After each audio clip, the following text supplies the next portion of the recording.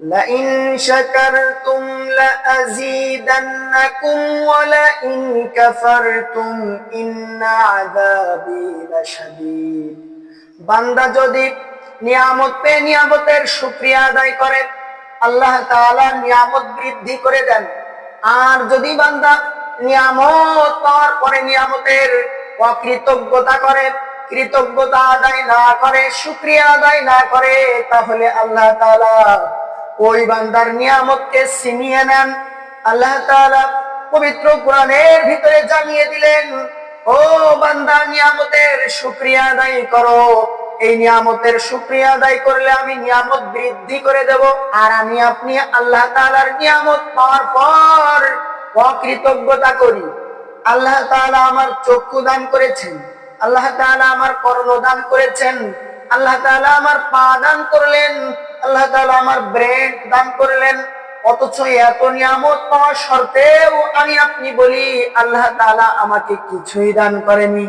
অমুকের তো 10 তলা 5 তলা, অমুকের অনেক জমি জায়গা, অমুকের অনেক ধন সম্পদ, অনেক টাকা পয়সা। আল্লাহ তাআলা তো আমাকে দরিদ্র বানিয়েছেন, আমাকে কোনো ধন সম্পদ দান করেননি। আল্লাহ তাআলা আমাকে কেন এত দুর্বল করে সৃষ্টি করেছেন? এমন কথা সমাজের অনেক মানুষ বলে থাকে, কিন্তু তারা একবার ভেবে দেখে না আল্লাহ তাআলা বাঁচিয়ে রেখেছেন। এই যে বেঁচে থাকা, এইটা তো অত্যন্ত বড় একটা নিয়ামত। আমি আপনি সুস্থতার সহিত বেঁচে আছি, এইটাই তো বিরাট বড় একটা নিয়ামত। অনেক মানুষ আছে সুস্থ না অসুস্থ, প্যারালাইসিস হয়ে যায়, অন্ধ হয়ে যায়, কানা হয়ে যায়, কালা হয়ে যায়।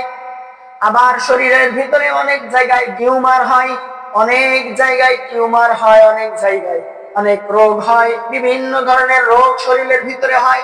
আল্লাহ তাআলা আমাদেরকে সেই সমস্ত রোগ বালা মুসিবত থেকে হেফাজত করেছেন।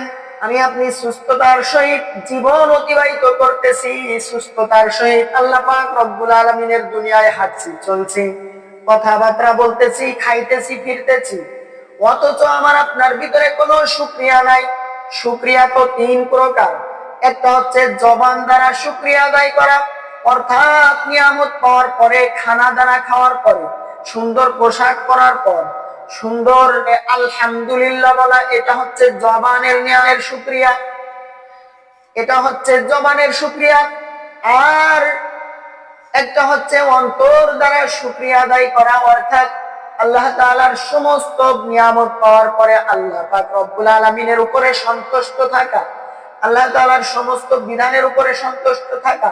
আল্লাহ পাক রব্বুল আলামিন যে আছেন, আল্লাহ পাক রব্বুল আলামিন যে আমাকে আপনাকে সব কিছু দান করেছেন, এটা বিশ্বাস করা, অন্তর থেকে মেনে নেওয়া। আর একটা হচ্ছে অঙ্গ প্রত্যঙ্গ দ্বারা শুকরিয়া আদায় করা, অর্থাৎ ইবাদত করা, নামাজ পড়া, রোজা রাখা, আল্লাহ তাআলার পথে জিহাদ করা, এবং মানুষদের দ্বারে দ্বারে বারে বারে গিয়ে সৎ কাজের আদেশ করা, সৎ কাজ থেকে মানুষদেরকে বিরত রাখা, এইটাও তো অঙ্গ প্রত্যঙ্গের ইবাদত। মা বাবার খেদমত করা, মসজিদ মাদ্রাসার খেদমত করা, ভালো কাজ করা, খারাপ কাজ থেকে বিরত থাকা, এইগুলো হচ্ছে অঙ্গ প্রত্যঙ্গের শুকরিয়া। অথচ আমরা শুকরিয়া আদায় করি না। আর আমি আপনি বলি আল্লাহ তাআলা আমাকে কিছুই দান করেনি।